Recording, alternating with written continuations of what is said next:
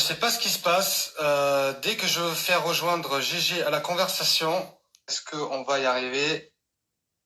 En attente de GG. Ouais, c'est bon. Peut-être. Espérons, croise les doigts. Ça va? Yes, ça y est, on y est arrivé, enfin. Je soit en location. Je soit en location.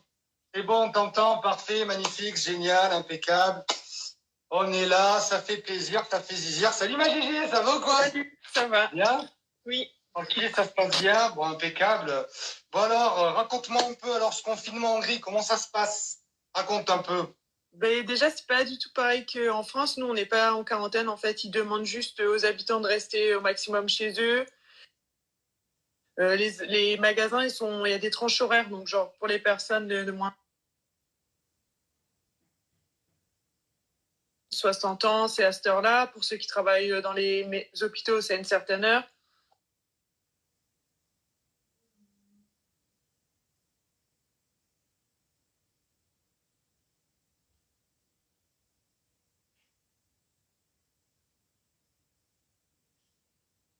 Et pour le commun des mortels, à une autre heure. Donc, mis à part ça, bon, après, il y a les lieux publics qui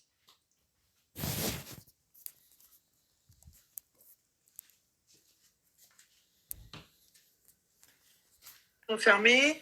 Les restaurants restent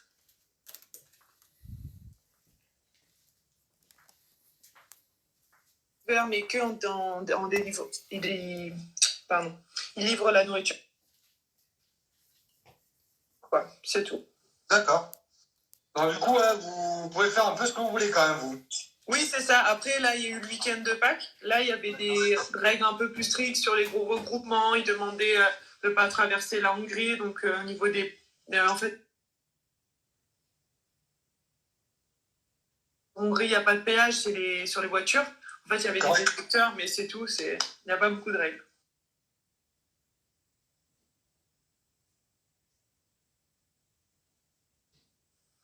D'accord, bon, ben, c'est cool, ça va. Est-ce que les piscines et les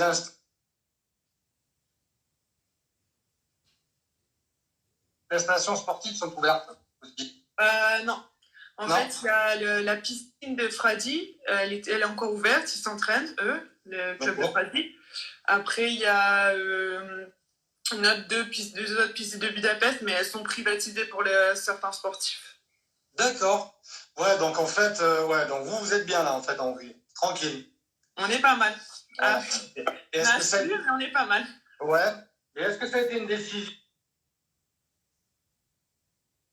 de rester en Hongrie ou c'est ton club qui t'a demandé de rester pour continuer à t'entraîner? Parce que j'imagine que vous continuez à vous entraîner, du coup, vu qu'on a ce matin, t'es à l'entraînement. Oui, c'est ça. Bah, là, je sors de l'entraînement.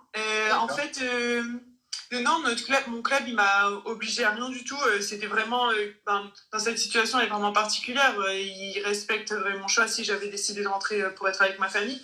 Après, moi, je pensais que c'était la meilleure option pour continuer à m'entraîner. Et après, je pense là, le championnat, il risque de reprendre en juillet, en fait, du coup. Et ouais, juillet, on reprendrait les entraînements fin mai. D'accord. Bon, il y a Audrey qui demande si tu fais du vélo, c'est cool, je te régale. Ouais, par contre, il n'y a pas de moteur électrique, hein, puisque Audrey et moi, on est partis en vacances et on avait des moteurs sur nos vélos. Là, il y en a. Du coup, c'est un peu la galère. D'accord, ok, c'est cool.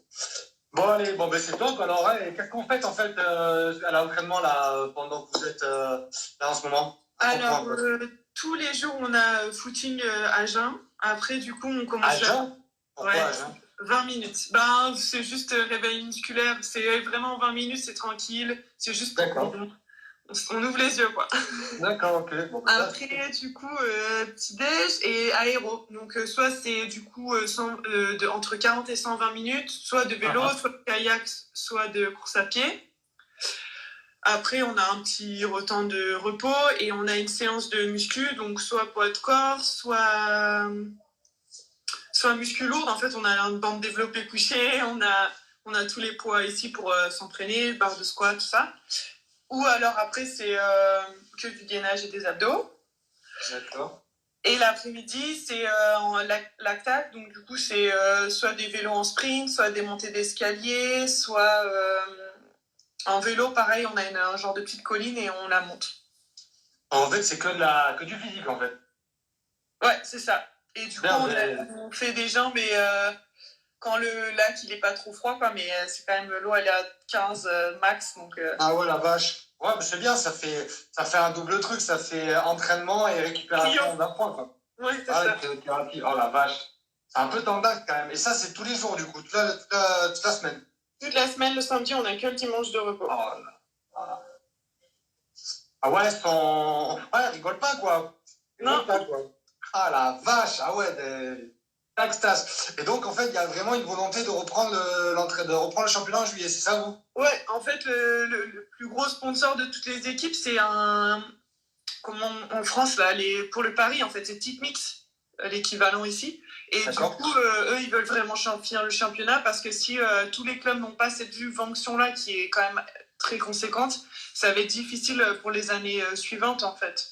D'accord. Du coup, puis en fait, il n'y a pas de problématique de piscine parce que l'été, les piscines ne sont pas en vidange ou pas pour les scolaires ou pour les centres. Donc du coup, il n'y a pas de problème de disponibilité des bassins. D'accord. Et il y a une volonté de ne pas laisser un été vide, en fait, aussi. D'accord, ok. Ouais, bon, bah écoute, après, c'est bien, hein, au moins ça vous permet de continuer à vous entraîner. Derrière, un championnat, il reprendra. En plus, ça fera un championnat d'été.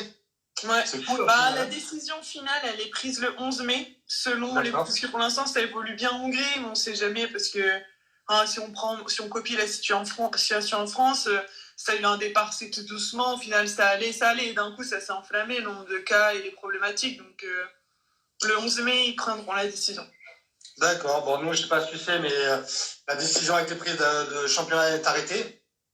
Donc championnat blanc, donc voilà, on garde le classement tel qu'il est, et je pense pas qu'il y aura un champion. Donc bon, après voilà, écoute, maintenant c'est fait, donc on peut dire qu'on est en vacances, nous. Et puis voilà, qui sait, on vient t'espionner un peu. Ouais, vous viendrez voir les matchs en juillet. Ça marche, bon, j'espère qu'on verra ça. Salut mon beau film. Ah, tiens, je te ramène du monde, il y a des volières et tout là-dedans, rigole pas. Sympa. Allez, bon Gigi, on va attaquer. Alors, comme tu sais, voilà, le principe de ce live, c'est de parler de polo en cette période de confinement. D'essayer de faire en sorte de tous se rapprocher, d'être connectés à une même heure tous ensemble et de parler de polo et surtout apprendre à connaître les joueurs d'une façon dont on les connaît pas forcément, puisque beaucoup de personnes ne les voient qu'au bord des bassins et ne savent pas forcément qui on peut être tous les jours, ni ce qu'on fait, etc.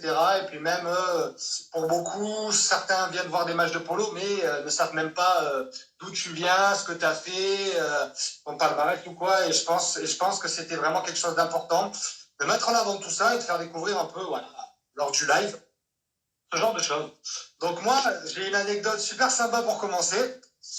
Donc on m'a dit qu'il paraît que tu as commencé le polo parce que des copines à toi voulaient se rapprocher de mecs du water polo pour les draguer, et qu'au final, la seule qui est restée à faire du polo, au final, c'était toi. Donc c'est comme ça que tu as commencé le polo. Raconte-moi ça un peu. Non, c'est ça, t'as des bons informateurs. Ah ouais, qu'est-ce que tu crois? Bien travaillé, c'est ça. En fait, je faisais de la natation à Tourcoing, donc ceux qui connaissent le water polo, ils savent que Tourcoing, c'est les enfants de Neptune, voilà. Et du coup, j'avais une copine qui était amoureuse d'un gars des garçons, et du coup, on a commencé à jouer. Après, il y avait mon frère aussi dans l'équipe, donc c'était aussi marrant. J'étais un peu lassée de nager, donc c'était un bon complément en fait. Puis après, il y a eu en fait, Lille, il y avait l'équipe avec Yvon Deporter qui a entraîné. Et donc du coup, j'allais voir aussi les matchs et petit à petit, voilà, je me suis fait engrainer. D'accord. Alors, Clem Valverde qui dit coquine, GG. Marion qui dit que tu es son idole. Voilà, c'est bien les filles, elles continuent à réagir, comme ça on rigole, c'est bien. Donc ensuite, pour ceux qui ne connaissent pas, donc tu es né le 15 septembre 93 à Villeneuve d'Ascq, et comme je fais bien mes devoirs, t'as fait un peu. Donc tu as toujours joué à Lille, pourquoi Lille, forcément, hein, t'es jamais trop parti de là. Donc alors qu'il y a un truc incroyable, c'est qu'au début, tu as évolué avec les garçons. C'est ça, ouais. Voilà, et on m'a dit que pour les qualifs France, justement, tu n'avais pas pu faire les qualifs France et que tu en avais été très triste. Raconte-nous ça un peu. Ouais, bah en fait, c'était. On jouait au championnat, on était qualifiés, c'était à Noisy-le-Sec, je me souviendrai. Et donc, du coup, moi, j'étais là. J'ai été là, j'étais pas forcément la meilleure buteuse ni la meilleure shooteuse de l'équipe, mais bah, j'avais travaillé pour la qualification et puis du coup, on a été. J'ai pas pu jouer les matchs parce que c'était pas réglementé. Après, le règlement maintenant il a changé, puis il y a des championnats pour les filles. Je veux dire, à l'époque où moi, à l'époque, punaise. Et ben, il n'y avait, pas de championnat pour les filles, du coup, c'était plus difficile. Ouais, je me doute. Donc, du coup, tu as le titre de Tourcoing, forcément. Donc, tu as remporté 4 titres de champion de France avec Lille, c'est ça? Oui, c'est ça. 4 coupes de la Ligue. Voilà. Bon palmarès déjà. Tu es arrivé en équipe nationale en 2010-2011 chez les seniors. Oui. Après avoir fait 2 ans en junior. Ouais. Et du coup, tu as participé à 2 championnats d'Europe, 2 championnats du monde et un tournoi de qualif olympique. Est-ce que tu peux nous parler un peu de tout ça, à comment tu as vécu ton intégration au sein de l'équipe senior? Et puis un peu, voilà, j'imagine, voilà, pour toi qui a commencé avec des garçons forcément dans une section où il n'y avait pas de filles, comment après derrière tu as vécu ces championnats d'Europe et cette accession au haut niveau forcément? Déjà, nous, on a eu la chance, je sais pas si c'est une chance ou une malchance, mais de junior, on est vite passé en senior. Mais après, en senior, il y avait quand même pas mal de compétitions. Aurore, elle est en train de regarder, elle met des commentaires, elle peut dire, on s'est fait virer toutes les deux bien souvent de la sélection à regarder, faire la caméra. Mais Léa, elle me dit, oh mamie, calme-toi, sois heureuse qu'on t'adopte. Et du coup... en fait, moi, j'avais pris la décision de ne pas aller à Nancy au pôle quand Christophe Bachier m'avait proposé. Après, au jour d'aujourd'hui, c'est pas une décision que je regrette. Peut-être que j'aurais augmenté mon niveau plus rapidement, mais je suis restée à Lille, j'ai vécu des belles choses et puis j'ai eu la chance de travailler avec Philippos, c'est à Kélis. Du coup, c'est lui qui m'a vachement mis dans le haut niveau et donné le goût de l'entraînement à une autre dynamique, on va dire. Avant, je pense que j'avais plutôt en loisir et je m'imaginais pas toutes les possibilités qu'il y avait. Puis le fait de jouer avec des joueuses étrangères aussi, de comprendre un peu la logique des autres championnats, ça donne vraiment envie d'aller plus loin. Ah bah, c'est génial, c'est cool. Ouais. Après, les coups de France, l'intégration, c'était assez clivé, quoi, les plus vieilles et les plus jeunes. Après, nous, on était beaucoup de 93, on s'est très bien entendus, on a quand même un bon groupe qui est resté maintenant et qui nous permet aussi, qu'on peut voir au championnat d'Europe, on est encore là, on a perdu quelques personnes au passage, mais on tient. Il y a toujours des morts pendant la guerre. C'est ça, on tient. Il y a toujours des morts. Arrêtez de toucher de la cacahuète. Ouais, mais c'est un petit que j'ai les enfants, donc je suis désolé, ça énerve, mais c'est comme ça. Donc arrêtez-vous, arrêtez vos réflexions, vous allez me vexer à force. Donc ensuite, forcément, donc tu pars à Varos. Est-ce que tu peux me raconter un peu comment c'est arrivé, comment ça s'est passé pour que tu décides de partir là-bas Alors, en fait, moi, j'avais mon diplôme, c'était dans ma tête, c'était sûr, je partais à l'étranger. Alors, il faut rappeler que tu es ergothérapeute. Voilà, c'est ça. Et du coup,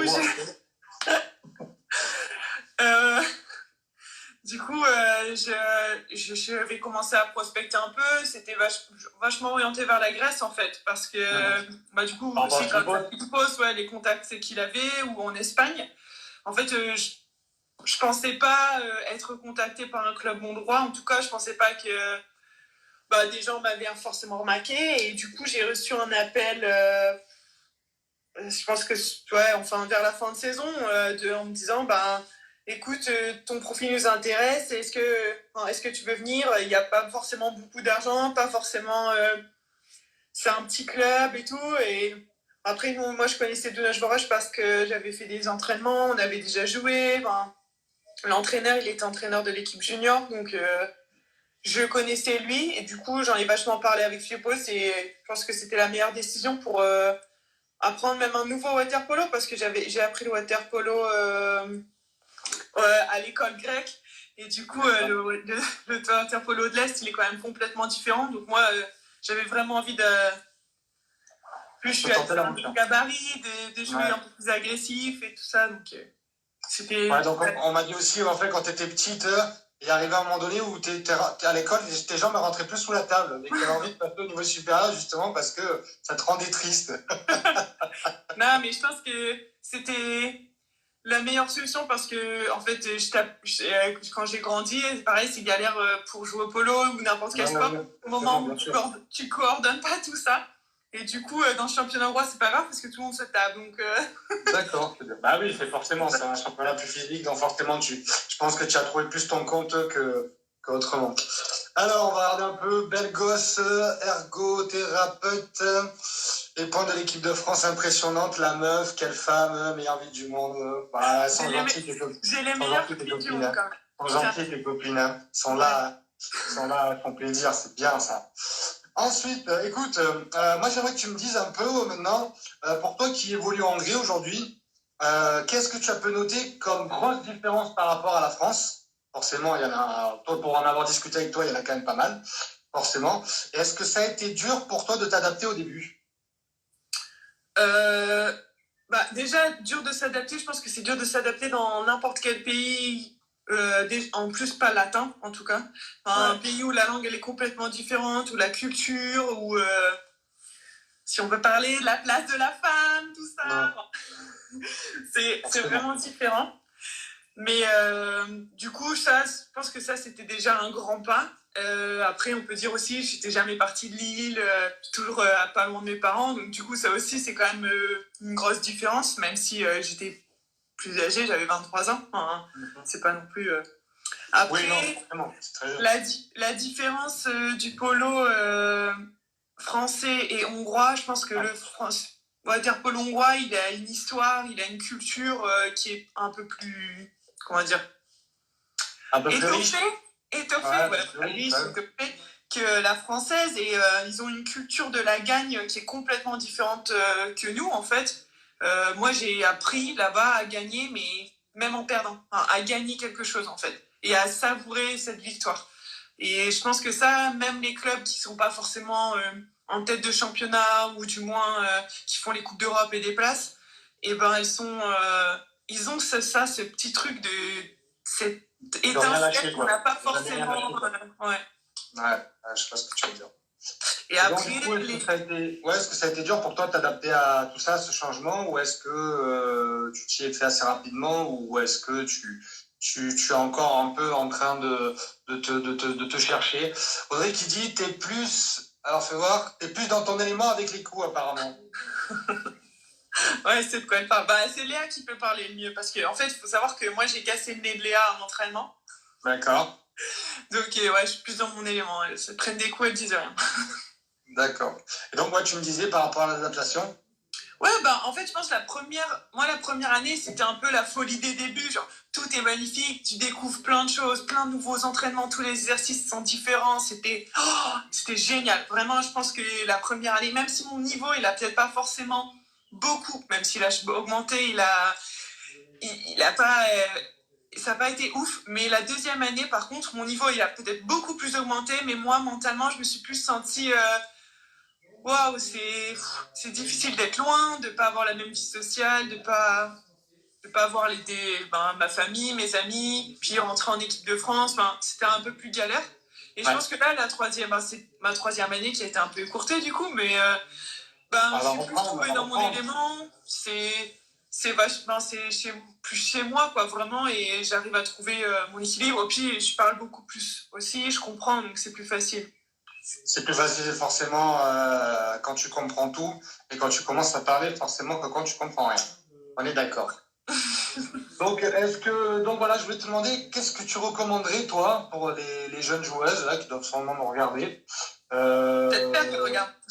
Forcément, j'espère aussi, sinon on va leur tirer les oreilles quand même. Hein. Qu'est-ce que tu recommanderais toi forcément à ces jeunes joueuses qui te suivent et qui débutent forcément?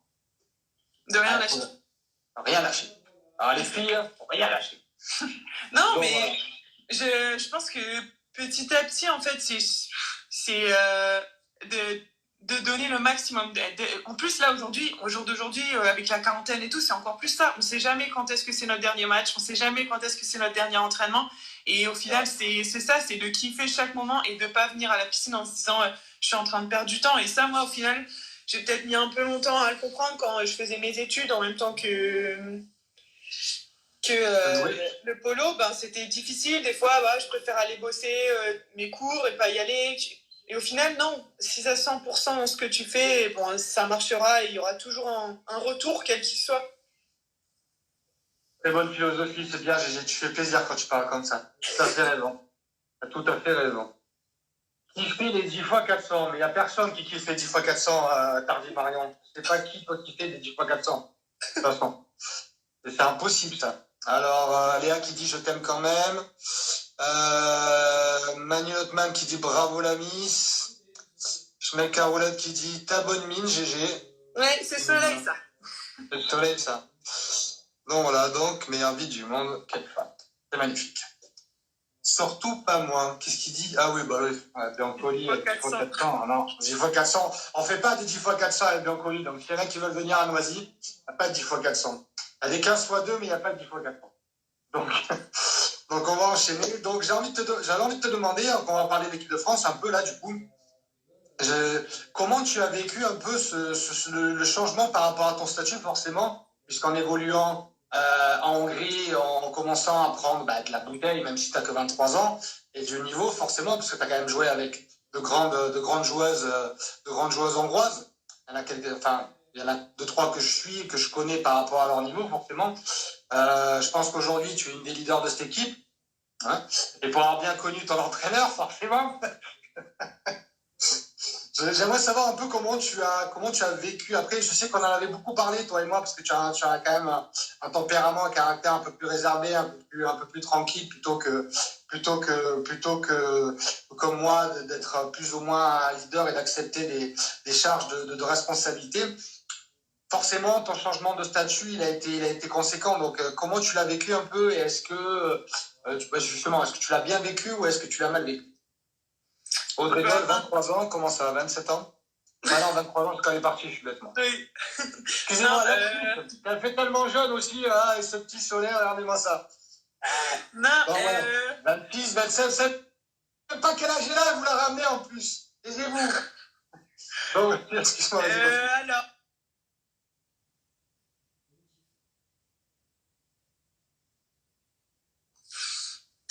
En fait, au début.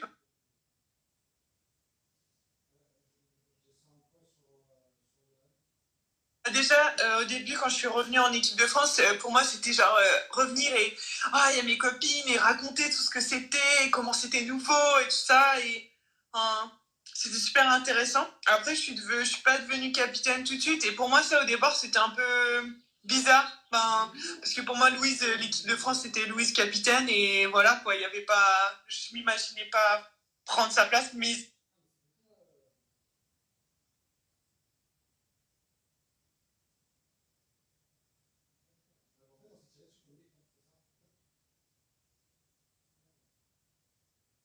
Même si elle, peut-être si elle a arrêté, quoi, mais sinon, ça a vraiment été bizarre pour moi. C'est plutôt ce changement de statut-là.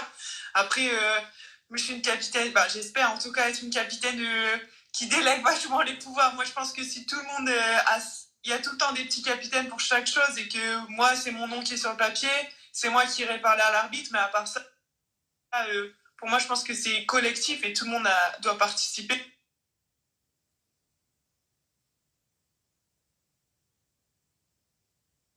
Même les jeunes.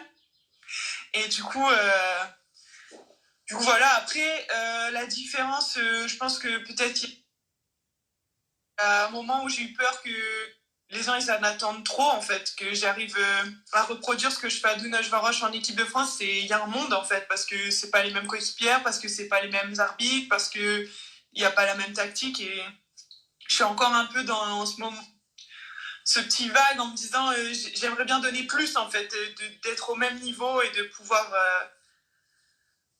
faire autant, en fait. Bon, encore plus jeune, ça va aller. Donc 27 en septembre, il paraît. Donc voilà. Donc 27 en septembre, forcément. Et oui, tu es né le 15 septembre. Hein, la Vierge, on est là. Donc du coup, ouais, aujourd'hui, tu es à Johan Varos. Donc il me semble que tu as gagné la Super Coupe d'Europe. Oui. Voilà. Vous étiez allé en finale de l'Euroleague, il me semble, non? En fait, on a gagné la LAN Trophy et en septembre, on a joué la Super Cup contre Kirishi. Ouais, vous avez gagné l'Euroleague et vous avez gagné la Super Cup après derrière. C'est ça, c'était la première équipe féminine à faire ça. Bon, donc, ce qui fait aujourd'hui de toi la première française de l'histoire à gagner un titre à l'étranger et en plus une Coupe d'Europe, c'est pas rien, quoi. Et en plus derrière une super Coupe d'Europe, donc double ration, quoi. Oh, quel palmarès. Donc du coup, forcément, j'imagine pour toi c'était un rêve. Ça a été un rêve. Et puis un peu, voilà, dis-nous un peu comment tu l'as vécu et ce que tu as ressenti forcément quand tu as gagné ces 2 Coupes d'Europe. Franchement, même y arriver en fait en finale, pour moi c'était déjà un rêve. Hein. Quand avec Lille, j'ai fait 6 Coupes d'Europe, je pense, et c'était pas la misère, mais c'était galère quoi. Les bonnes tollées, donc du coup, c'était notre dimension pour moi. Je me disais, mais on est où là? Déjà ça en fait. Et du coup, après, la victoire à Mataro, je me souviens juste, après, j'ai appelé les filles du coup de Lille qui étaient à Saint-Jean pour un tournoi et on criait, on parlait tous en même temps. C'était genre, mais c'est ouf quoi. Comment c'est possible qu'en un an, on est arrivé à cette époque, à ça quoi en fait. Pour moi, c'était fou. Après, la Super Cup, du coup, on y allait vraiment. C'est un match magnifique, c'est un événement en fait. C'était surtout ça et on a tout donné et au final on a gagné au penalty, mais c'était vraiment je sais pas, c'était inattendu en fait. C'est même pas que je m'autorisais pas à y rêver, mais pour moi c'était waouh, c'est loin, trop loin quoi. Ouais. Alors que maintenant c'est plus vraiment dans mes objectifs qui me tiennent à cœur, c'est vraiment c'est beaucoup plus important et c'est dans mon calendrier entre guillemets qu'avant c'était plus participer au moins du moins à la finale, prendre ma place, tout ça.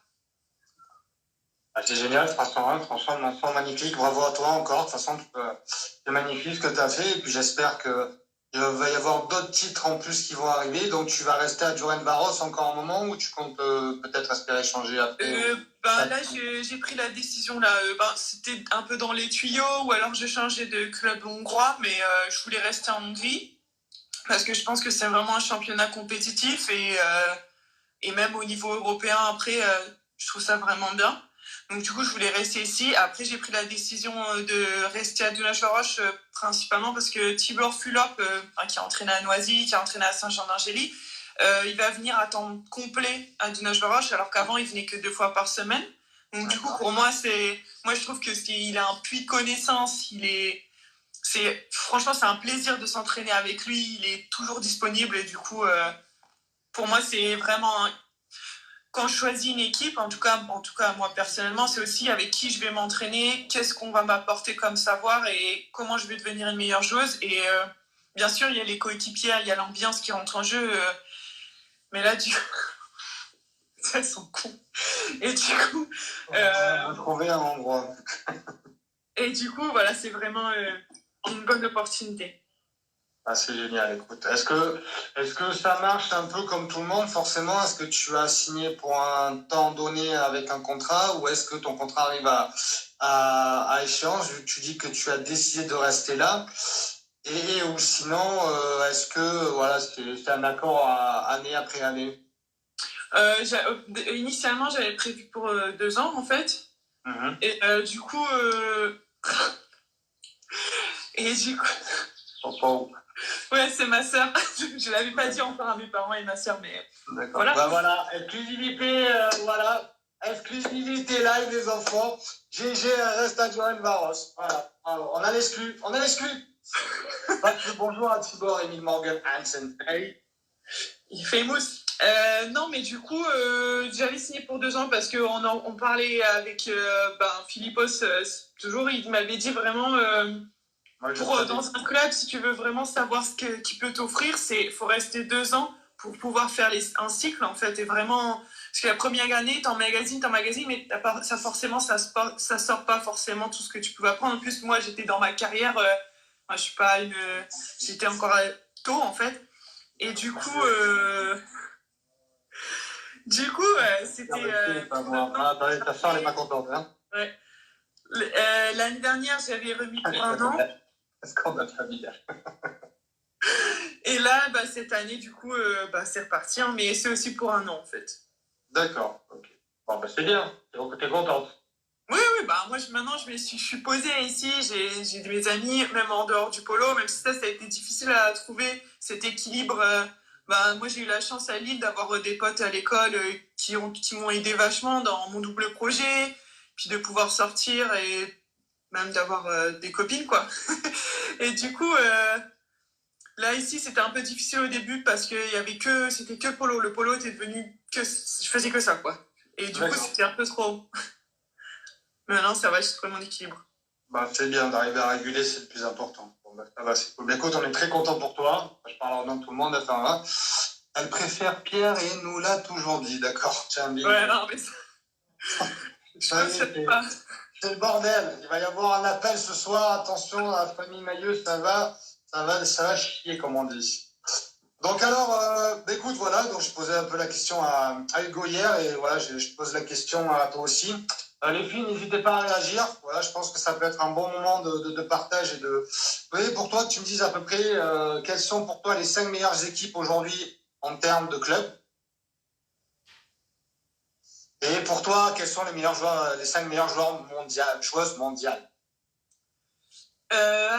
Du coup, les 5 meilleures équipes de club, hein, on est d'accord? Ouais, 5 meilleures équipes en club. Après, en équipe nationale, c'est comme pour les mecs, on va dire que c'est très disputé. Donc bon, par les États-Unis forcément, mais bon, là, rien. Ouais. Donc ouais, vas-y, envoie-moi ton top 5 au niveau de club. Dina Jora, je pense. Non. Sérieusement, je pense que... Chauffez un peu, là. Kirishi est vraiment impressionnant. Il n'y a rien à dire. Après, au niveau espagnol, Sabadell a toujours été très impressionnant. Après cette année, moi, je ne les ai pas joués, donc mais je les mettrai quand même dans le top 5. Elles ont perdu quand même leurs 3 meilleures joueuses, donc bon. Ouais, après, elles ont réussi à se qualifier dans le top 8, donc pour moi, c'est quand même une belle preuve, tout le moins, d'être une bonne équipe. Enfin, c'est vrai. Non, c'est vrai. Dans le top 8, c'est vraiment bon. Après, je pense que en Hongrie, il y a UBC. En Grèce, il y a Olympiakos. Après, ils ont vraiment perdu trop de monde. Enfin, voilà. Donc, du coup, j'en suis à combien? J'ai dit Sabadell. C'est bon, je pense que tu as dit 5, 4, 4, 5. Maintenant, tu en as dit Olympiakos, Hongrie, Sabadell, Kirishi, et puis voilà, peut-être un Italien dans le lot ou un truc comme ça, non? Après, Roma, moi, elles m'ont impressionné. J'aime bien leur entraîneur, je trouve. C'était l'ancien entraîneur de l'Inter. Est-ce que tu as le doigt sur ton micro parce qu'on t'entend pas du coup? Pardon. Du coup, Rome, c'est vraiment. Après, Catania, oui, Marion, elle me dit Catania. Mais. Ouais, je vais te dire, Catania, ouais. Ouais, je sais pas, je suis pas trop. Pas trop fan. Ouais, voilà. Voilà, c'est pas ton style, quoi. C'est ça. Je préfère, franchement, Roma, je trouve qu'au final, ils ont moins d'étrangères et leur dynamique et tout, je préfère parce que j'ai joué les deux. Catania et. Après, Catania, ils ont battu Sabadell, là, et au match retour, qui n'a pas eu lieu, donc je sais pas ce que ça aurait fait, mais. D'accord. Bon, maintenant, on va passer sur la petite séquence personnelle. Là, on va apprendre à vraiment te connaître en profondeur. Et puis, les filles, elles vont pouvoir commencer à dire ça. Moi, j'aimerais que tu me racontes 2-3 anecdotes qui t'ont le plus marqué, que ce soit en polo ou en équipe nationale, en club, pardon, en équipe nationale. Alors, on va essayer de chercher la plus drôle. D'abord, une des plus drôles, ou une ou deux ou trois, enfin, celles qui te viennent un peu en tête, que tu te rappelles, où tu as passé forcément de bons moments et que ça t'a marqué. Et puis, forcément, vu qu'on fait partie de l'équipe de France, que tu fais partie de l'équipe de France, et que j'en ai fait partie pendant 18 ans, une des plus pétrins, que tu t'es dit, mais sérieux, mais qu'est-ce que je fous là? Plus jamais comme ça. Voilà, j'aurais dû faire mes devoirs, j'aurais dû préparer là. Après, c'est mieux quand c'est improvisé. Sûr que tes copines avant t'aider, là. Ah, ouais. C'est vrai. Les joueuses, on reviendra à les joueuses. Vas-y, allez, les joueuses. Rita Castelli, c'est sûr. Maïka Garcia. Bianconi. Prokofjeva. Ouais, la russe, ouais. J'étais à 4. La cinquième, Europe ou monde? Parce que sinon, je mettrais la gardienne à chez Jeux. Bah voilà, ouais, allez. Parfait. Bah écoute, voilà, vous êtes contents? Asimaki, n'importe quoi. Je mets pas Asimaki dans mon top 5. Voilà. Oh, c'est son top 5 à elle. Au Tardy Marion, tu vas te calmer un peu, hein. Oh, l'Algérienne, là. Pas possible, cette histoire-là. Une gauchère. Non, pas de gauchère. Les gauchers, ça sert à rien dans le polo. Tellement vous êtes dur à trouver, on est obligé de jouer en poste 1. Donc bon, suffit les gauchers. Donc du coup, voilà, donc on va repasser à l'anecdote. Donc, une des anecdotes peut-être les plus pétrins ou une des meilleures anecdotes que tu puisses balancer sur tes copines, parce que depuis 5 minutes, 10 minutes, elles te balancent un peu là. Bon, vas-y, balance les dossiers un peu. Ouais, là. Franchement, pourquoi? C'est super difficile, un truc... On va dire ça, Hugo. Ouais, non, mais... Bien répondu, Marion, j'ai plus rien à dire. Bravo. Mais bon, il sert à rien quand même, il le sait. Non, ben... Donc je me fâche, Mac. Non, Bon, tu sèches un peu, là, tu sèches un peu. Si je pense à l'été dernier où on a fait une préparation à 3. Et en fait, on faisait plein de sports différents. Et désolée Aurélie, du coup, c'est ça qui me vient distrait en pétrin. En fait, elle se pète la cheville sur un ballon. Donc déjà, elle a la cheville pétée. Et après, on n'a pas entraînement, ou je sais plus pourquoi, la piscine, elle est fermée. On se met dans la minibus, la portière se ferme sur sa main. Mais non. Non mais, franchement, pour moi, en fait, ça, c'est elle qui était pétrin, mais du coup, tout le monde, c'était ouf, quoi. C'est pas possible. Après, ouais, Aurore, elle parle du voyage pétrin en Russie. En fait, moi, je m'étais cassé le doigt, donc j'y suis pas allée. Mais les filles, elles ont voyagé le matin pour aller jouer un match le soir. Elles se sont posées 2 heures et elles sont revenues. À l'aller-retour de la Russie, quoi. En moins de 2 jours. Tout va prendre cher. Le basket. Après, sinon, pétrin, on a beaucoup de voyages assez pétrins et des logements un peu... Ah mais si, en junior, en 93, quand on était à 3 aussi, on était dans vraiment des chambres, c'était... Vraiment 3, faut plus y retourner, quoi. Ah, ils ont une bonne piscine très très chlorée, mais... Voilà, quoi. Et donc, ouais, dans les logements, c'était l'Ukraine. Ouais, l'Ukraine, non mais l'Ukraine, faut jamais y aller. Que tu sois un mec ou une noix. Non mais l'Ukraine, c'est un pétrin, là, c'est bon. Ouais, unanimité sur l'Ukraine pour le pétrin, je pense. D'accord. Donc du coup, je voudrais un peu que tu me parles de toi au quotidien quand tu t'entraînes. Est-ce que ça t'est arrivé des fois de te cacher un peu sous l'eau quand tu étais jeune, quand il y avait une série un peu dure, de couper un peu au milieu du bassin pour pas avoir à finir, ou de mettre le ballon sous le cul lors de certaines sessions jambes un peu. Est-ce que ça t'est arrivé un peu de faire ça, ou est-ce que tu as toujours eu cette mentalité de tout donner et dire si je meurs, je meurs et après on verra. Peut-être en natation, il y a eu j'avais du mal à savoir que je pouvais faire plus. En fait, je me disais, ouais, non, mais là, je suis à mon max. Et en fait, non, mais ça, c'était pas forcément que je voulais tricher. C'est que je trichais avec moi-même, en fait, je le savais même pas. Et du coup, ça s'est passé parce que, à force d'avoir nagé, d'avoir essayé de progresser, de tout donner, d'avoir des coéquipières qui gueulent quand tu nages trop vite à la fin. C'est pas très féminin de se cacher, ça. Ouais, c'est ça, ouais. Ouais, bon, bref. Dis la vérité, GG, Audrey. Ah. Dis la vérité. Non, mais la vérité, je pense que je suis quelqu'un qui est jamais satisfaite de ma performance. En tout cas, j'ai vraiment beaucoup de mal à être contente avec ce que je fais. Et donc, du coup, je pense que c'est ça qui me permet d'être un gros moteur et de me pousser à chaque fois. Après, les séances jambes, j'adore ça. Donc, c'est pas là que je vais me cacher, ça, c'est sûr.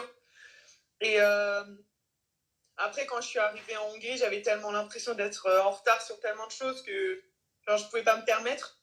Et après, du coup, voilà. D'accord.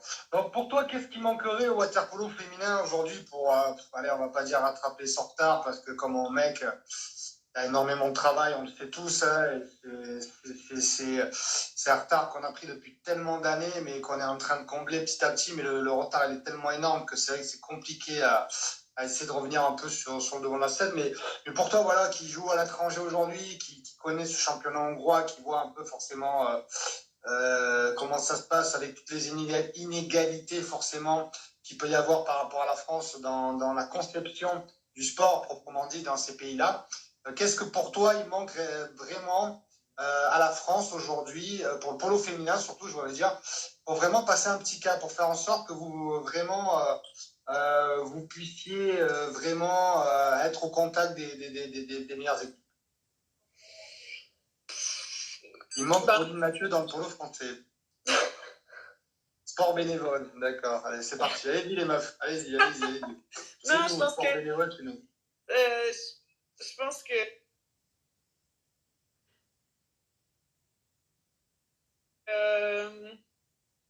c'est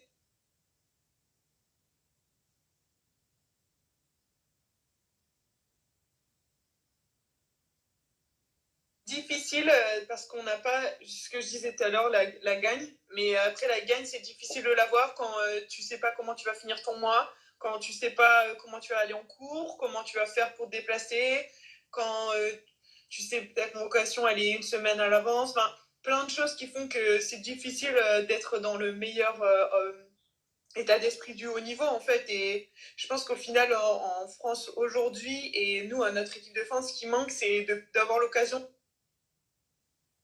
et de nous permettre d'être au haut niveau. C'est vraiment difficile. Enfin, ce que Léa admet, mais sport de bénévole, je pense qu'il y a quand même, en tout cas, certaines filles en équipe de France qui même payent des fois et perdent de l'argent à venir en équipe de France. Donc, je veux dire, ça, à partir de ce moment-là, c'est quand même difficile parce qu'on a beau faire tous les sacrifices, au final, ça paye au moment de...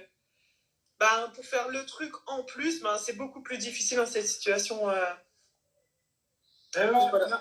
Merci la Fédé. C'est pas forcément que, je suis désolée, mais il n'y a pas forcément de reconnaissance au niveau. Dire, on est là, on est 50 à regarder, alors qu'on est combien dans le waterpolo? Je pense que personne. Il y a beaucoup de joueurs qui s'investissent pas. Il y a beaucoup de jeunes qui sont pas là, alors qui devraient être là. Et je pense qu'Instagram, toutes les jeunes, elles l'ont sur leur téléphone, alors il n'y a pas d'excuses. Et notre championnat, comme Clémentine elle le dit, c'est difficile d'avoir un championnat compétitif. Et sans un championnat compétitif, c'est difficile d'avoir des objectifs pour les jeunes, même de se projeter, de se dire ouais, je vais gagner le championnat de France, je vais faire ci. C'est assez difficile. Je pense que c'est tout. Elle a raison. Moi, je suis d'accord avec elle. Au jour d'aujourd'hui, tu dis que tu es sportif de niveau en France, c'est pas non plus waouh. Mais c'est pareil, si tu dis que tu es violoniste professionnel, je sais pas. C'est-à-dire, j'ai l'impression que si on rentre pas dans le modèle travail et super réussite sociale, on n'est pas forcément reconnu, alors qu'on ne soit artiste. Je comprends que si t'as pas fait un cursus scolaire élevé et que t'es pas bac plus 12 avec avoir fait Sciences Po, c'est vrai que quand on dit que t'es sportif à niveau, les gens te regardent, tu fais mais... oui, sportif, artiste, mais tu comptes faire quoi de ta vie? Voilà. Et pas assez d'anciens non plus qui suit le waterpolo. Ouais, mais forcément, mais après, je suis d'accord avec toi, Serge, mais le problème, c'est qu'en fait, c'est un sport qui use tellement, qui en demande tellement, qui demande tellement de sacrifices et qui malgré quelques joies, quelques réussites qu'on peut connaître à arriver à un moment donné, en fait, c'est un sport qui t'use de l'intérieur. Et en fait, arrivé à un certain moment, qu'est-ce qu'elle en pense, Emma Vernou? Ah, capitaine, elle va tirer les oreilles, attention. Donc, du coup, forcément, je suis d'accord avec Gégé parce qu'au final, on se rend compte que quand on arrête le polo, en fait, on est tellement fatigué, usé qu'on est obligé de partir ailleurs et qu'on se désolidarise un peu de ce water polo. Moi, je regarde à l'époque, quand j'ai commencé, quand j'avais 17 ans, il n'y avait pas un poloïste qui avait plus de 26 ans dans l'équipe. Il n'y avait pas un seul. Parce qu'en fait, il n'y avait pas l'argent pour les garder et les mecs, ils préféraient les faire mettre nageur l'été et faire leur cours où ils prenaient triple salaire que venir à l'équipe de France. Ouais, mais ce qui est paradoxal, c'est que 15 ans plus tard, tu as des mecs de 30 ans, mais on les veut pas. On veut pas qu'ils restent. On veut pas que ces mecs-là de 30 ans restent. Donc moi, il faudra m'expliquer un jour c'est quoi le bon mix, quoi. C'est quoi le bon mix?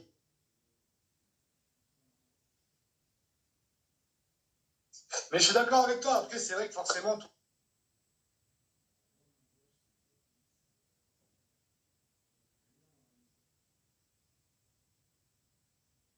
les jeunes, ils ont Instagram aujourd'hui, et plutôt que faire leur TikTok à la con,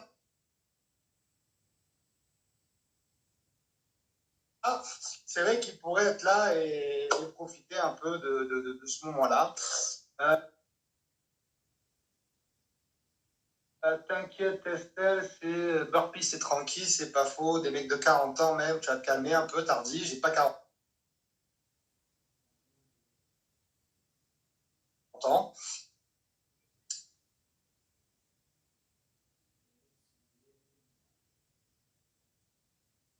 Ça sent le vécu, forcément. T'as pas 30 ans, gros, t'en as 72. Ouais, bah, va chier, toi. Toi, t'as plus de cheveux, donc tu vas te calmer. Donc, bon, bref, on va calmer là, on va calmer là un peu le débat. Bon, du coup, oui, je suis tout à fait d'accord avec toi. Et cette désolidarisation, parfois, de certains poloistes en faveur de leur sport, je trouve que c'est vrai que c'est un peu triste. Un peu. En fait, je trouve ça dommage que c'est notre sport et on n'arrive pas à tous se mettre d'accord sur ce qu'on veut faire en fait. Et à se dépasser en fait, à se dépasser pour la cause et à se dire, nous on veut ça et on y va comme ça.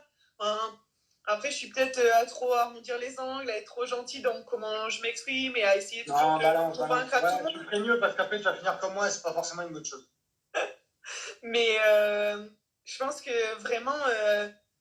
Lorraine, à chaque fois, par exemple, elle arrive vraiment à dire est-ce qu'elle voit, est-ce qu'elle pense qu'il marche pas et à l'exprimer. Et moi, ça, je trouve que c'est une qualité vraiment impressionnante. Après, des fois, c'est un peu trop abrupt, mais au moins, elle le fait. Et je trouve ça dommage que tout le monde se focalise sur moi, mon problème, c'est ci, moi, mon problème, c'est là. Au lieu de tous, on va dans la même direction. Et ce qu'on veut, c'est que le waterpolo il soit mieux connu, plus reconnu par les gens et aussi regardé. Parce que c'est comme ça aussi qu'on arrivera à évoluer. C'est si les gens s'intéressent. Après, on a beau encore critiquer la Fédé, à un moment donné, il faut aussi nous se regarder ce que nous, au jour d'aujourd'hui, on fait tout pour faire évoluer le waterpolo ou avant de critiquer la Fédé, en tout cas.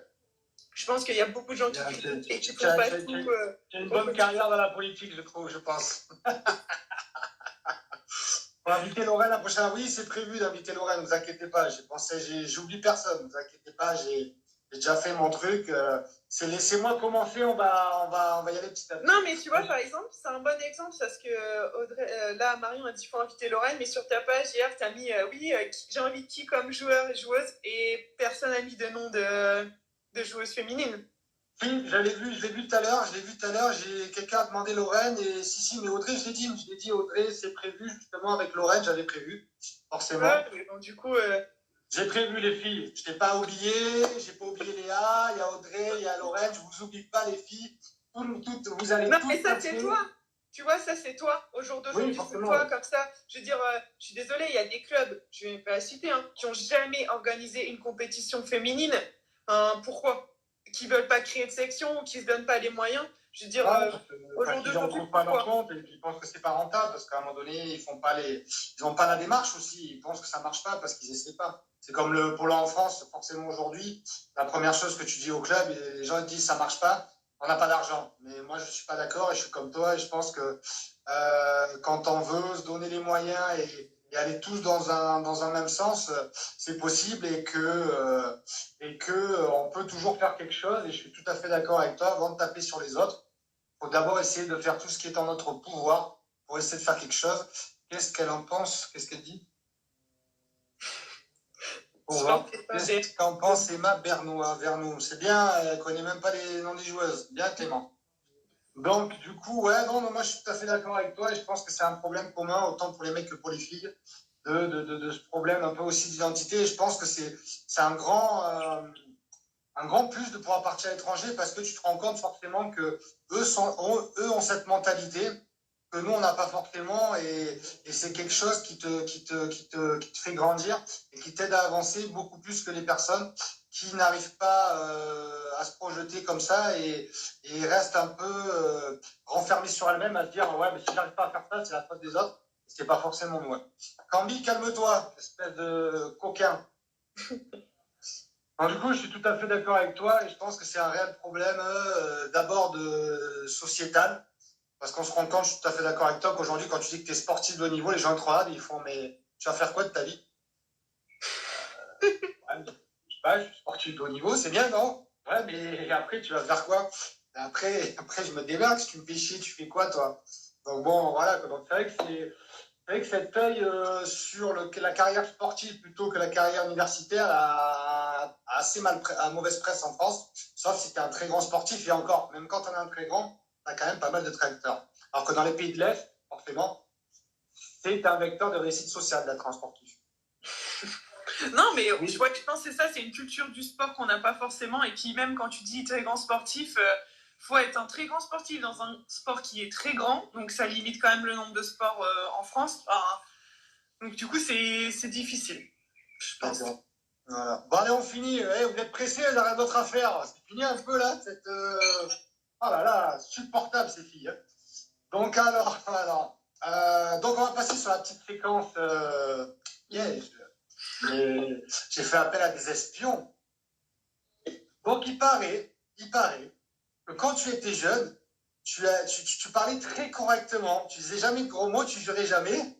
Et on m'a dit qu'à force de traîner avec certaines joueuses, dont je ne balancerai pas les noms, elles t'ont un peu engrainé, elles t'ont un peu contaminé, et à la fin, tu as commencé à avoir un vocabulaire assez fourni, à tel point que ta maman, quand elle t'a eu au téléphone, elle te disait « Gégé, arrête de jurer ». Ouais, non, donc, mais en fait...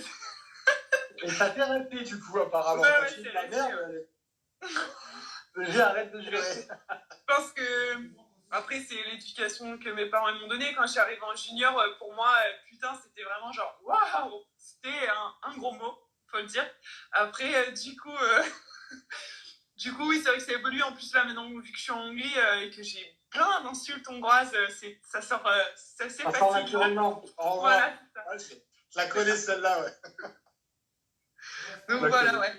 Non, mais je pense que ça, l'équipe de France, l'équipe junior ou même le fait de faire participer au sein d'une équipe, c'est vraiment d'évoluer en tant que personne. J'ai appris des mauvaises choses, on va dire, les insultes, mais j'ai aussi appris beaucoup de choses de par mes coéquipières et de... Comment elle écrit Basmec? Non. Ouais, je dirais pas comme ça, Basmec. Basmec. Non, mais du coup, je trouve que c'est super enrichissant d'être au sein d'une équipe et d'évoluer avec d'autres personnes, de se servir de leurs erreurs et de leur réussite pour grandir en tant que personne, en fait. Bon, alors celle-là, elle est incroyable. Il paraît que quand tu es arrivé à Durange-Barros, quand tu es arrivé devant ta résidence, il paraît que tu as fait demi-tour en voyant l'immeuble. Non, en fait... Pareil, tu voulais pas rester, que tu as dit c'est bon, je rentre. Non. Le truc, c'est que moi, quand on a discuté de mon contrat, en fait, moi, j'ai dit qu'une chose, j'ai dit, ok, moi, je veux bien pas trop salaire et tout ça, mais je veux une cuisine. Genre, en fait, pour moi, c'était le truc, n'importe où j'habite, je voulais juste avoir ma cuisine ou le fait de partager avec quelques personnes, mais j'ai déjà vécu avec 12 personnes en colocation, donc du coup, avec une cuisine en commun, ça me rendait folle, c'était pas possible.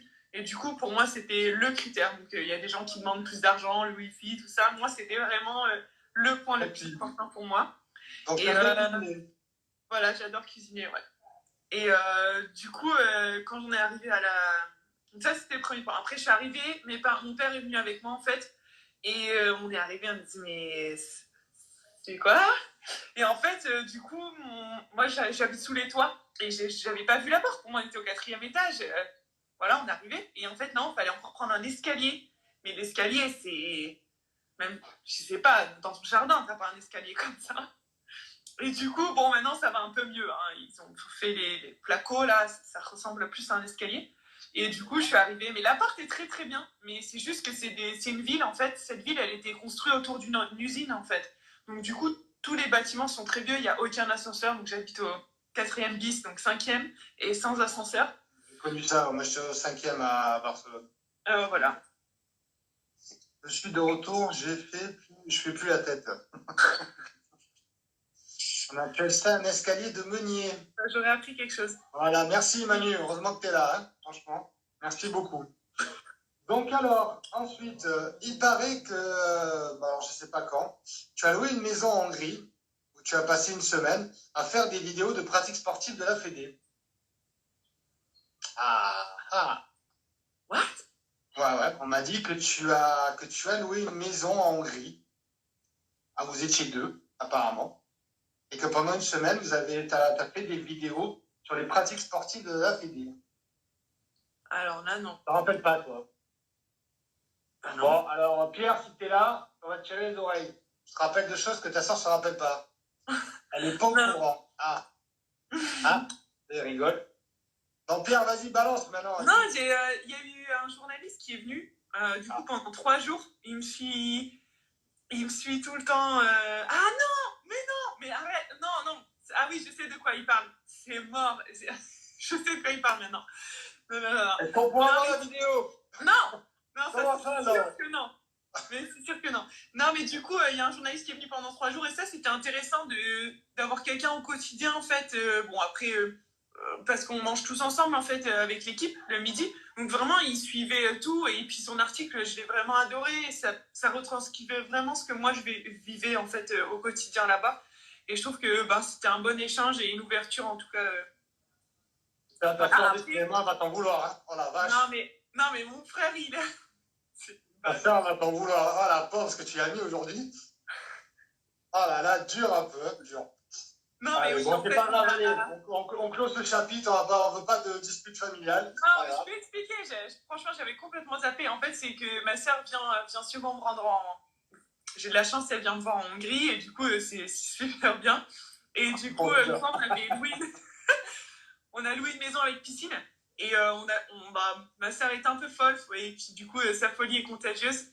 Et on a fait une vidéo où on mime tous les sports de la Fédé dans la piscine, en fait. Donc voilà, d'où la... C'est sympa, ça. C'est sympa à voir, ça. Ouais, mais c'est privé. D'accord. Bon, Popo, vu ce qu'elle t'a mis, je pense que tu peux balancer la vidéo. Hein. Non. Range-toi, vas-y, Popo. Vas-y, rattrape-toi. Allez, dernière anecdote sympa. Alors, il paraît que tu es la chef des manœuvres en camping-car. Ouais. Elle m'a dit que t'étais une camionneuse. Elle m'a dit qu'Audrey, c'était une catastrophe et que chaque fois qu'il fallait manœuvrer, c'était toi qui la faisais. Non, franchement, elle a géré tout. Moi, je suis pas forcément quelqu'un qui aime beaucoup conduire et du coup, ça me faisait, dans le voyage en camping-car, c'était un peu le point négatif pour moi. Et au final, j'ai pris goût au camping-car et c'est assez facile à conduire. Après, les manœuvres, on voulait tout le temps les meilleurs spots et du coup, on cherchait un peu à vraiment bien se garer. Donc, il y a eu vraiment une manœuvre en pente, marche arrière, c'était bien galère. Un camping-car en plus. C'est ça. Ok, bah super. Bah, écoute, voilà, interview est terminée. Donc les filles, vu qu'elles attendent que ça, allez-y, lâchez-vous, balancez vos questions. Allez, on va faire 10 minutes. Allez-y, envoyez les questions, posez toutes les questions que vous voulez. Et puis GG, elle y répondra. Allez, Zoom, allez, ça fait 1 heure que vous nous fatiguez là. Envoyez les questions. C'est la meilleure, GG. Merci, au revoir. Allez, on va attendre un peu, balancer vos questions. Marie, qu'est-ce qu'elle dit, Marie? Tracteur, ambulance. D'accord, sympa. Sympa, les filles. Ensuite, ce soir... non. J'ai droit à combien de veto dans les questions? Allez, on va t'en donner 3. Auras-tu un jour à sélectionner un seul... Oh non, c'est impossible. L'apéro, c'est trop important pour choisir qu'un paquet de chips. C'est impossible. C'est qui ta coéquipière préférée? J'en ai pas. Parce que c'est impossible. C'est ça aussi qui est beau, je trouve, dans le sport co, c'est que il y en a une qui te saoule, t'en as une autre. Hein. C'est génial. Et c'est tout ensemble, elles sont mes préférées. D'accord. C'est mignon. Tu vas vraiment finir en politique, toi. C'est qui ta soeur préférée? Forcément, je pense que c'est un acteur. Voilà, j'en ai qu'une. Ouais. Après, toutes celles que j'ai adoptées en route. Toutes celles que tu as adoptées en route, ça va, c'est sympa. Du coup, donc, ouais, l'apéro, pour toi, c'est sacré, alors. Ouais, mais pas forcément, je bois pas d'alcool. Mais vraiment, les chips, les cacahuètes, tout ça, le saucisson. Tu bois pas forcément d'alcool, parce que moi, on m'a raconté une anecdote sur un championnat d'Europe. Ah oui, fini. Ouais, oui, bien sûr. Depuis ce jour-là, t'as arrêté. Ouais, voilà. Alors Manu qui demande si tu étais sélectionné pour les JO, comment réagirais-tu? Forcément. Si je suis sélectionnée, eh ben, je m'entraînerai doublement pour avoir une médaille une fois que j'y serai. Bon, normal. Marion, Non, t'as mais dit demande voilà. qui t'a saoulé? Qui m'a saoulé? Ouais. Parce que t'as dit forcément dans une équipe, quand il y a une qui te saoule, t'en as une autre. Ouais, quand Marion Terdi perd un jeu et qu'elle est limite en train de chialer, ça c'est saoulant, par exemple. Hein? Ah, Marion Tardy, elle pleure quand elle perd à des jeux. Ah, mais c'est bien, pour des choses là, disons. C'est bien ça.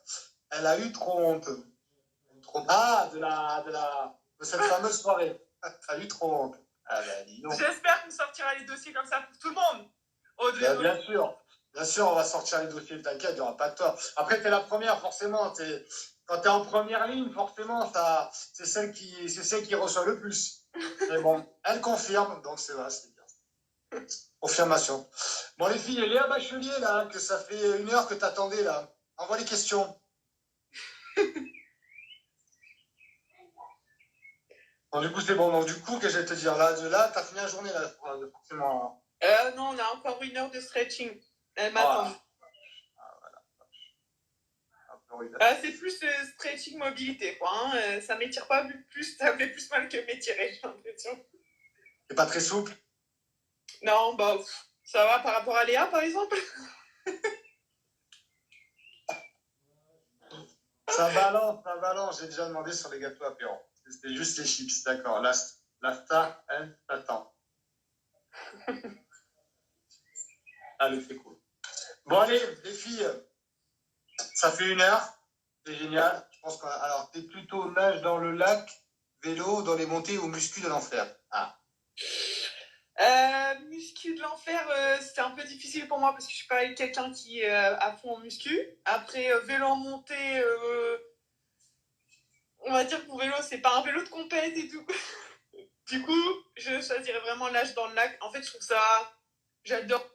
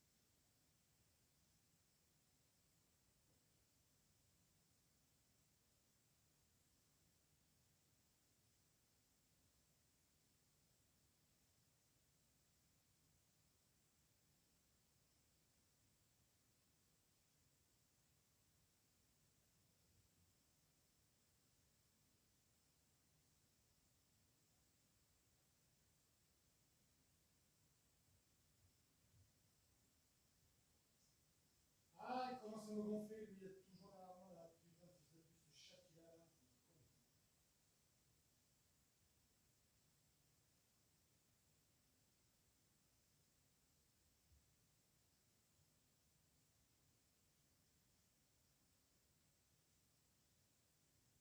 Ah, putain, là, ça sert à quoi, là? Putain, on a des mecs dans notre équipe qui servent à rien, mec. Je vais éviter là, ça vient.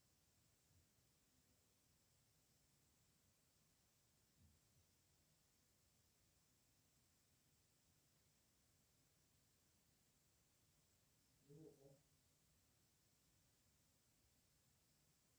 Du vôtre ou du nôtre?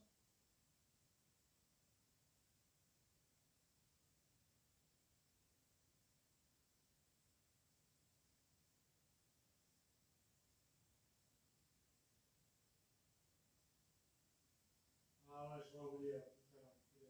C'est dehors? Non, c'était là, c'est ça. Ouais. Là, on passe à gauche, on va aller on passe à gauche, on va aller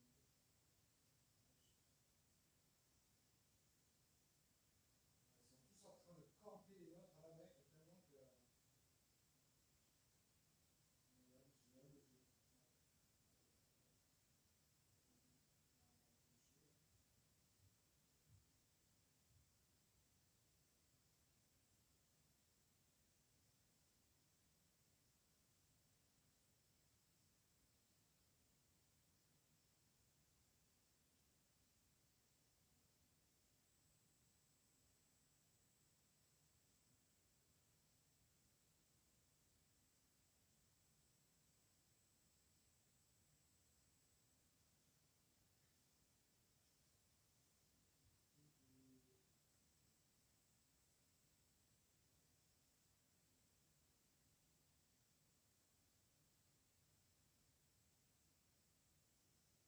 Ah, aussi.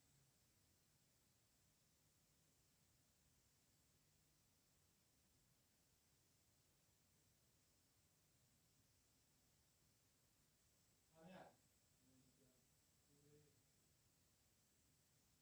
Désolé. Désolé. Ah non, mais lui, sans déconner, putain. Oh, ils sont tout seuls.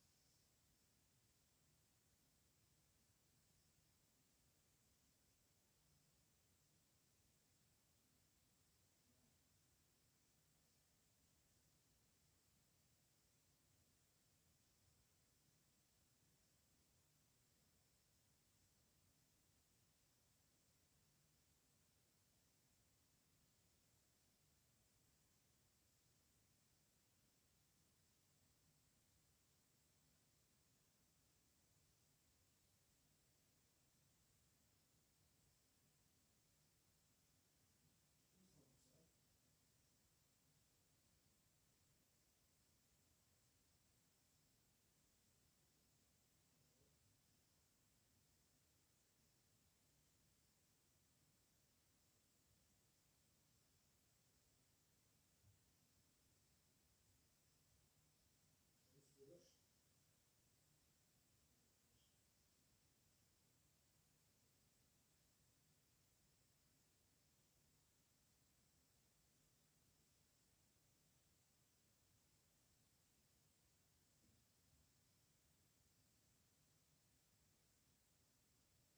Ah, derrière, je savais, putain, mais je suis un gland, moi aussi, là. Je l'entends.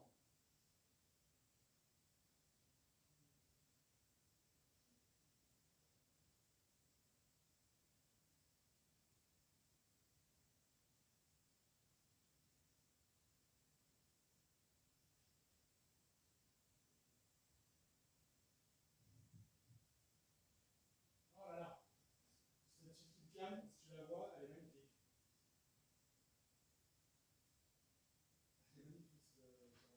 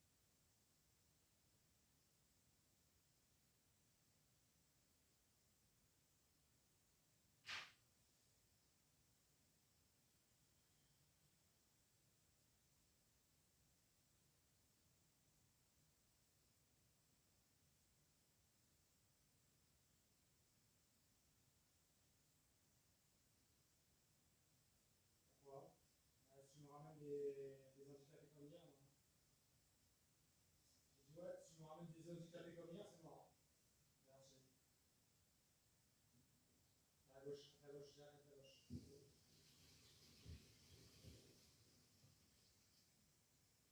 C'est trop fort aussi.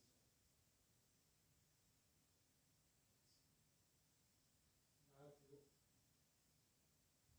Il sort à gauche, il arrive, toi, il arrive.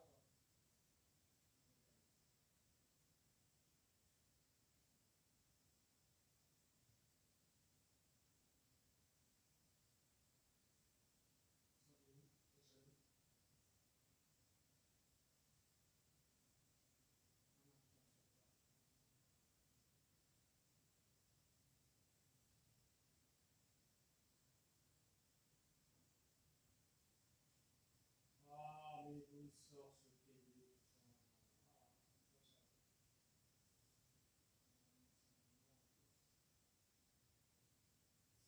Aucune idée, mec. Non, il était derrière. Il était derrière. Il est à la fenêtre, il est à la fenêtre de la. À la fenêtre, je vais chercher.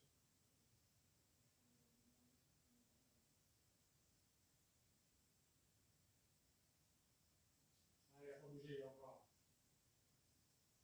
Il n'a pas bougé encore.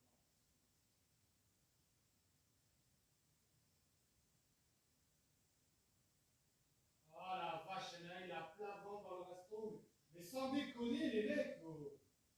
C'est pas honte de jouer comme ça, oh.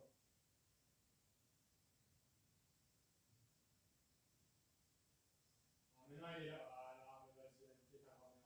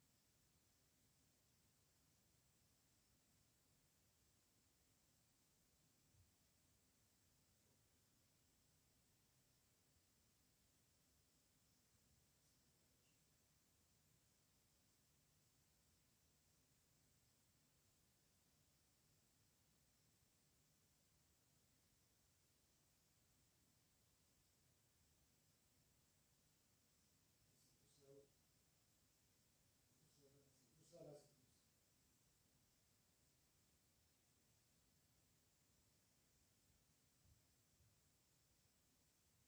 Ils sont tous dans le resto. Ils sont tous dans le resto.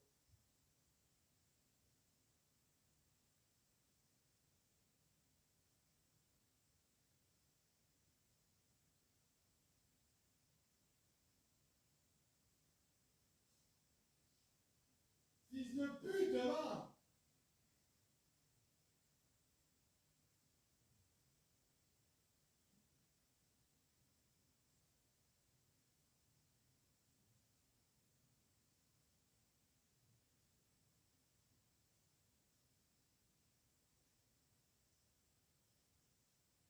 Non, mais non.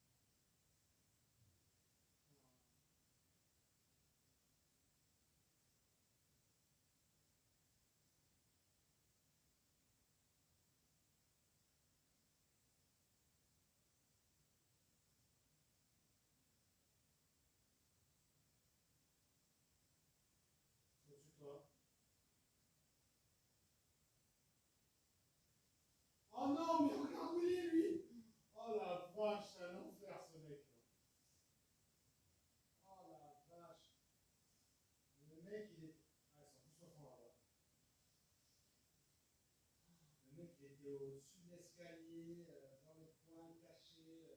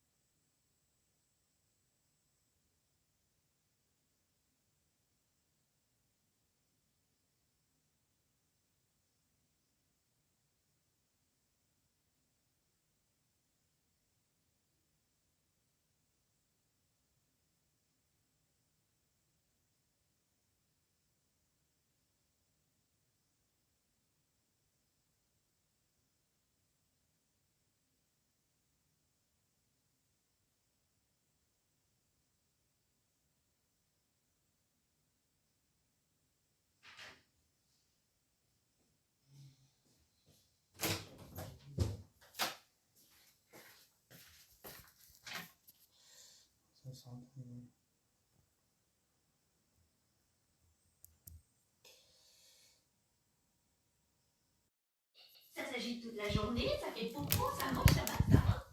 On en est même à attendre le jour où elle pourra marcher toute seule. Allez. Je sais pas ce qui s'est passé.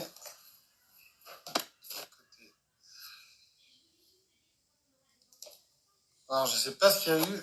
Ça a coupé. C'est super chelou. Je comprends pas pourquoi. Je sais pas pourquoi ça a coupé. On va voir. En même temps, ça fait quand même une petite heure qu'on est là. Tu as tout cassé. Ouais, mais c'est pas ma faute. Hein. Vous êtes marrants, vous. Oh, je suis pas un gesson, moi. Donc, peut-être qu'elle est plus là. On va voir.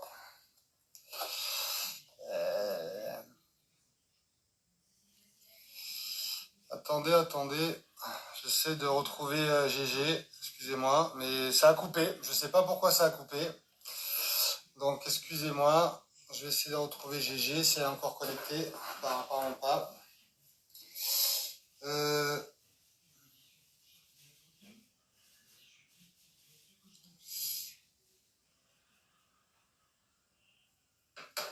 Attendez, hein, parce que ça revient. Voilà, elle est là. Excusez-moi, je sais pas pourquoi ça a coupé. Je suis vraiment désolé. suis vraiment désolé, ça a coupé, je sais pas pourquoi. Bon, voilà, GG. Je sais pas pourquoi ça a coupé. C'est bon, on est là, tout le monde est là. Excusez-moi, je suis vraiment désolé. Donc voilà, donc on va finir. Peut-être que c'est Instagram qui dit c'est bon, maintenant il y en a marre. Arrêtez-vous. J'espère pas. Il est là. Elle est là. Léa, parler de ce qui te manque le plus en Hongrie par rapport à la France, c'est que tu es obligé à manger des crêpes au fromage. Non, je connais pas trop c'est quoi, c'est par rapport à quoi ça? Non, bah oui, le fromage. Après, j'ai trouvé des solutions. Ce qui manque le plus, c'est Enlève ton doigt du micro. Ah, ce qui me manque le plus en Hongrie, c'est ma famille. Après, le reste, je pense qu'il y a moyen de compenser en fait. Et le moment où j'ai compris que j'aurais pas ma vie française en Hongrie, et ben c'est le moment où j'ai commencé à apprécier ma vie hongroise en fait. Parce que avant j'essayais trop de vouloir faire la même chose en fait. Ben c'est pas possible. Et du coup, bah, c'est comme, au final, c'est comme les entraînements, c'est apprécier ce qu'on a, apprécier ce qu'on peut faire et voilà. Bon, Gégé, écoute, je te remercie vraiment beaucoup. Ça a été un plaisir de te recevoir, de faire cela avec toi, franchement. Ben, merci à toi. J'espère que tout le monde aura apprécié de la même manière. C'était vraiment super. Je serais resté beaucoup plus d'une heure à parler avec toi, mais bon, après, voilà, tu as des entraînements, faut que tu récupères et que tu te reposes un peu. Donc, écoute, bon courage. Merci beaucoup. Bon courage, parce que franchement, s'entraîner, sachant qu'on va pas jouer, il n'y a rien de pire. Je sais ce que c'est. Qu'est-ce qu'elle parle bien, mais oui, elle parle bien. Donc, Gégé, écoute, de toute façon, toi et moi, on reste en contact, on s'écrit. Hein. Merci beaucoup d'avoir répondu présente. Merci beaucoup d'avoir été là avec moi, avec nous. Et puis, je te remercie beaucoup. Et puis, surtout, fais attention à toi. Et puis, on aura l'occasion d'ici là de se reparler, de refaire quelque chose. D'accord? Ça marche. Ben, bon courage pour les lives. Merci pour l'initiative. Et puis, c'est normal, avec grand plaisir. Hein. Et merci à tous ceux qui ont envoyé des messages et suivi.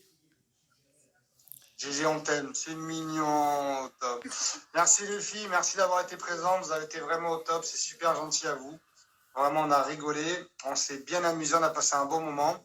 J'arrive et c'est terminé. Ouais, tonton, 17h, t'arrives à 18h15, forcément, il y a un souci. Défonce Rita, c'est qui Rita? Rita Castelli. Ah, d'accord. Prends pas la grosse tête avec tous ces compliments, d'accord, ok, la spéciale. Qui dit ça? Je sais pas, c'est... Ah oui, c'est Solène. Bon, allez, Gégé, fais attention à toi, bon courage pour le stretching. Merci. Et bon courage pour demain, surtout. Ouais. Ciao. Ciao, Gégé, à très bientôt.